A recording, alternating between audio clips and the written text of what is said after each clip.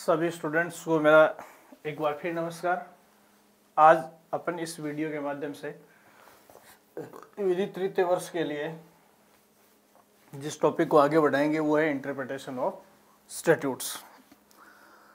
देखिए, इस संबंध में आप ध्यान रखेंगे, इंटरप्रिटेशन के अपने कुछ रूल्स हैं और उन रूल्स में कुछ महत्वपूर्ण प्रिंसिपल्स हैं, कुछ स्टैट्यूट के इंटरनल ऑपरेटर्स होते हैं जिनके माध्यम से अपन निर्वचन करते हैं, कुछ एक्सटर्नल टूल्स होते हैं जिनके माध्यम से अपन करते हैं। तो यहाँ इस वीडियो के माध्यम से मैं आपको बेसिकली जो मोटा परिचय करूँगा, हालांकि इन प्रिंसिपल्स को अपन आगे डिटेल से देखेंगे, लेकिन यहाँ कुछ चीज़ें आपको ध्यान में रखनी है।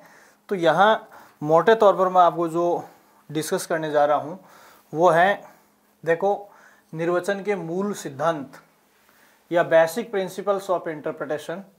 इसमें देखिए, एक तो सिक्वेंशनल में आपको कुछ चीज़ें बता रहा हूँ। तो यहाँ बेसिकली अपन शाब्दिक या व्याकरणिक नियम, सवर्णिम नियम, रिष्टि का नियम, ये तीन महत्वपूर्ण नियम बताए जाते हैं।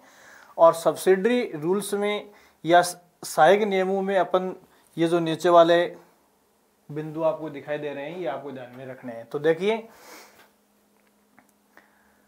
बेसिक जो सिद्धांत हैं इंटरप्रिटेशन के, उनमें पहला सिद्धांत जो है वो है शाब्दिक या व्याकरणिक नियम, लिटरल और ग्रामेटिकल और प्लेन मीनिंग रूल, ये इसके अन्य नाम है। और इसमें देखिए, मैंने समराइज रूप से लिख दिया कि किसी कानून की शाब्दिक व्याख्या ज्यों की त्यों की जाए और व्याकरण के विषयों से शब्दों के प्रयोग का जो अभिप्राय होता है उसी को ठीक माना जाए, जिससे शब्दों का सहज व स्वाभाविक अर्थ निकाला जा सके। देखो, जहाँ तक किसी प्रकार की असंदिग्धता, असंगतता या किसी प्रकार के इनजस्ट या अन्याय की संभावना नहीं होती है, वहाँ तक इंटरप्रिटेशन का ये प्रथम रूल, जो इसे इंटरप्रिटेशन का प्रथम रूल कहा जाता है, ये कहता है कि अगर किसी प्रकार की असंदिग्धता या किसी प्रकार की अस्पष्टता या अव्यवहारिकता उत्पन्न नहीं होती है तो हमें सर्वप्रथम इंटरप्रिटेशन के लिए विधि में रखे गए शब्दों का वही अर्थ लेना चाहिए या वैदिक शब्दावली का वही अर्थ लेना चाहिए जो ग्रामेटिकल रूल्स हमें देते हैं। दूसरा नियम जो इसमें अपन डिस्कस करते हैं, सवर्णिम नियम या गोल्डन रूल ऑफ इंटरप्रिटेशन।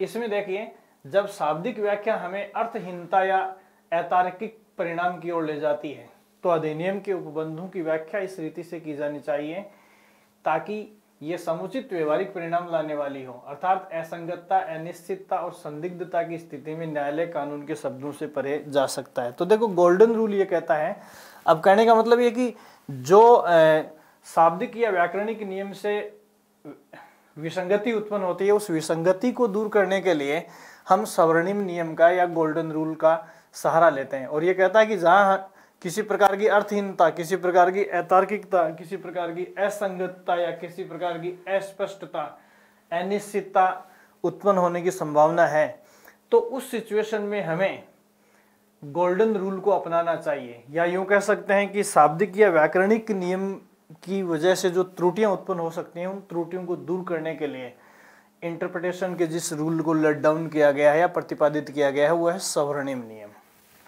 और तीसरा नियम जो है रिष्टि का नियम या मिस्चिफ रूल।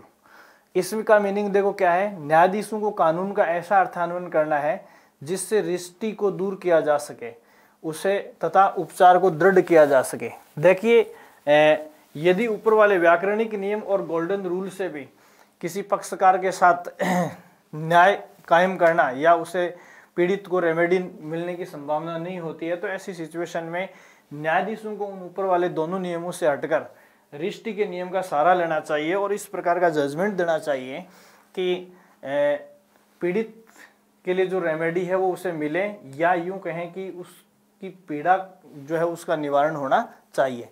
ये देखिए, ये तीन जो रूल्स हैं वो इंटरप्रिटेशन के मामले में प्राथमिक, द्वितीय और तृतीय नियम कहे जाते हैं। और या यूं कह सकते हैं कि ये तीन प्रधान नियम हैं interpretation of statutes principle title में।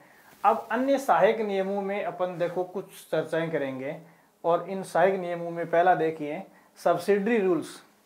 इसमें देखिए, नंबर 1, संविधि को संपूर्ण रूप में पढ़ा जाना चाहिए।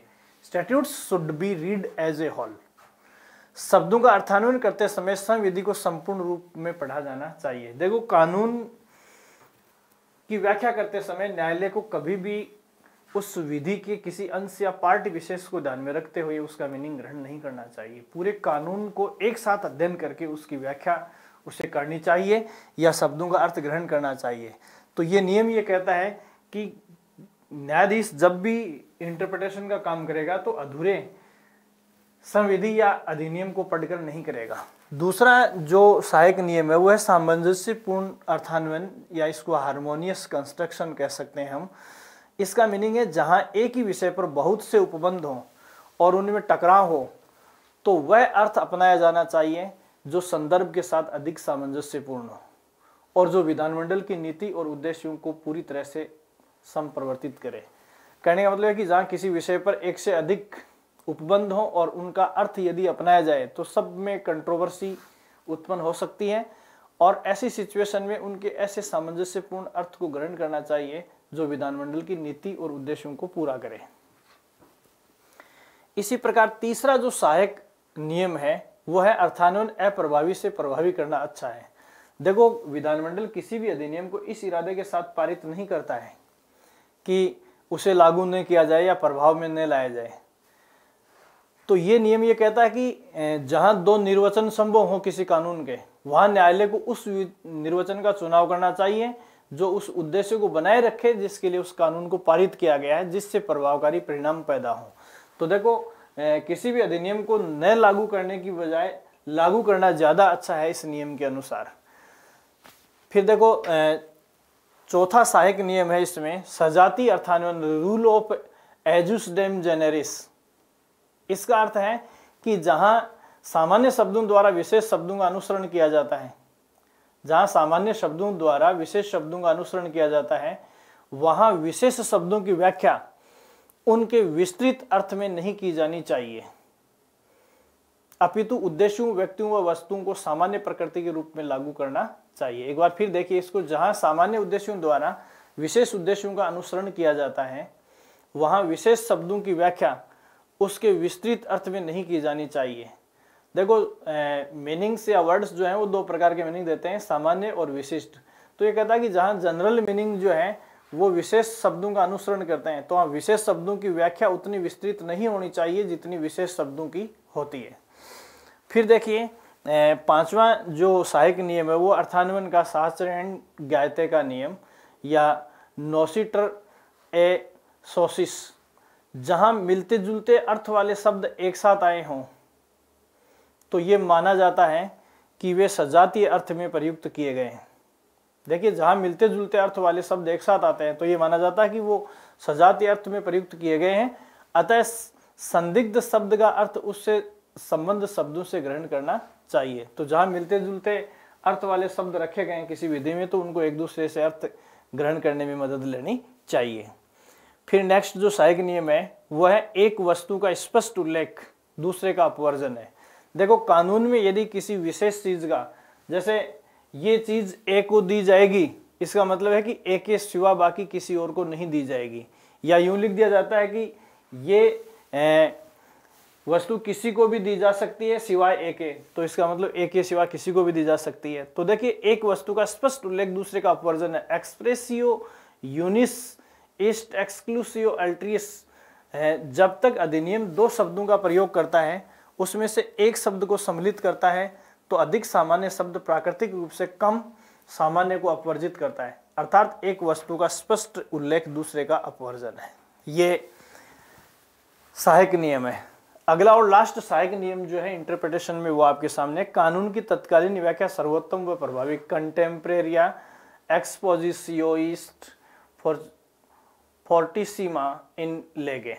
देखो, कानून या दस्तावेज की समकालीन व्याख्या सर्वोत्तम व प्रभावी है, अतः जिस समय कानून बना था उस समय के लोगों द्वारा की गई व्याख्या ही सर्वमान्य है।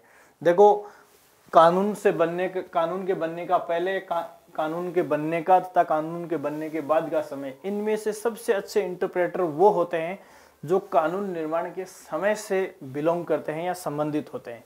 इस प्रकार देखिए, इस वीडियो में अपन ने कुछ महत्वपूर्ण बातें डिस्कस की हैं, जिसमें 3 इंटरप्रिटेशन से संबंधित महत्वपूर्ण या प्रधान नियम है, और इसके अलावा ये 7-8 जो है वो सब्सिडरी या सहायक नियम जो है वो इंटरप्रिटेशन के लिए अपन ने पढ़े हैं। इन सारे रूल्स को अपन आगे 1 by 1 करके एक एक क्लास में विद केस लॉ डिस्कस करेंगे। आज की कक्षा में मेरा मकसद केवल इन रूल्स का आपको इंट्रोडक्शन करवाना था। Thank you so much.